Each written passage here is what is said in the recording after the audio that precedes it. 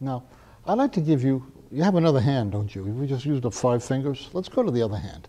Let me give you 5 reasons why I believe we're at that very special time.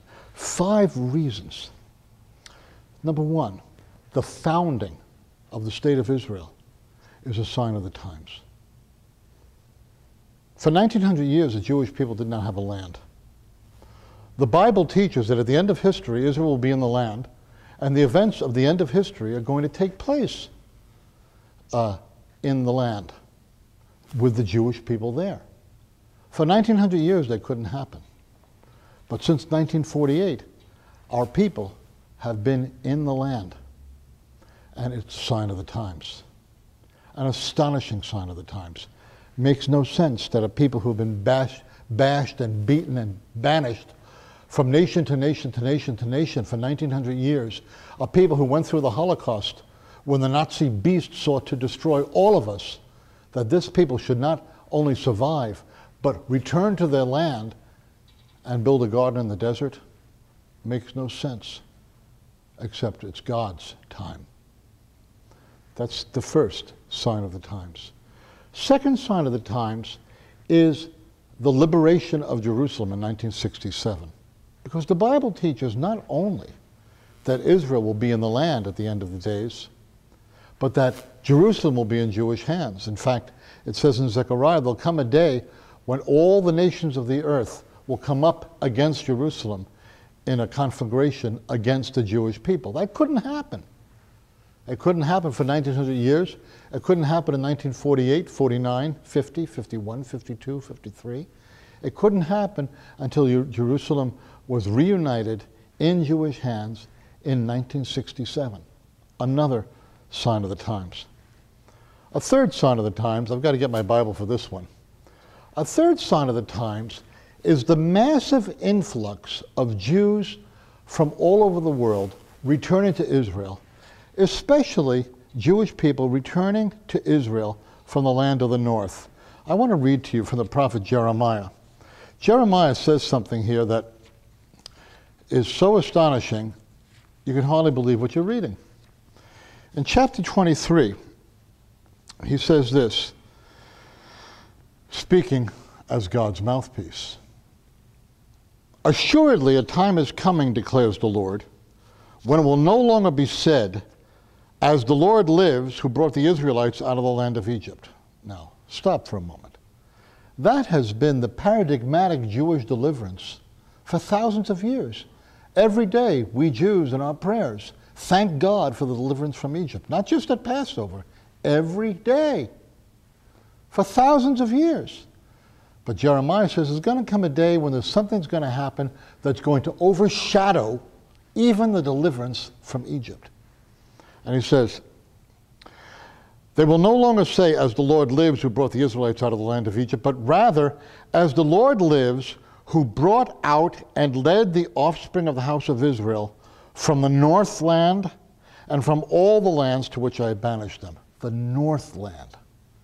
That God is going to regather the Jewish people from the north land. Well, if you look at the map, north of Israel is the former Soviet Union. Now, I'm old enough, I'm not terribly old, but I'm old enough to remember when one Jew got out of the former Soviet Union, it was front page news, literally. But we've lived through the collapse of the former Soviet Union. I recently did some research, and do you know that in Israel now, there are 900,000 Jews from the former Soviet Union? That the Jewish population of Israel is now about 49.6% people whose family of origin was from the former Soviet Union. This is incredible. This is extraordinary. This is Jeremiah chapter 23, verse 7 and 8. Jewish people coming from the lands of the north, but not only from the former Soviet Union. What about Ethiopia? There have been 2 movements of Jews from Ethiopia. There's about 85,000 Jews from Ethiopia now living in Israel. And whole populations of Jews from Arab countries migrated to Israel. Large numbers of Jews from the West have migrated to Israel. It's just an extraordinary time in which we live. It is a sign of the times. That's our third sign of the times. Our fourth sign of the times is the increase of Jewish people coming to faith in Yeshua since the liberation of Jerusalem. I came to believe Yeshua is the Messiah in 1962. I attended a congregation in a very Jewish city, a city called New York, a congregation of Yeshua believers. And in that congregation there were a lot of Jews. There were 3. In 1962, even in New York City, to have a congregation with 3 Jews who believed in Yeshua was a lot. Now, the Union of Messianic Jewish Congregations has over 80 congregations of Jews who believe in Yeshua. It's a sign of the times. Massive numbers of Jews coming to faith in Yeshua in our day. The fifth sign of the times, the fifth one, is Eastern Bloc Jews coming to faith in Yeshua. Because that passage, and Ezekiel talks about it, and I invite you to look at Ezekiel chapter 36 after this DVD is over. Look at it, beginning in verse 24. And you'll see that these Jews from the land of the north who are coming to Israel will experience spiritual renewal, spiritual regeneration. Many of these Eastern Bloc Jews who have come to Israel are already believing in Yeshua. Many of them have experienced a renaissance of their faith in the God of Abraham, Isaac, and Jacob.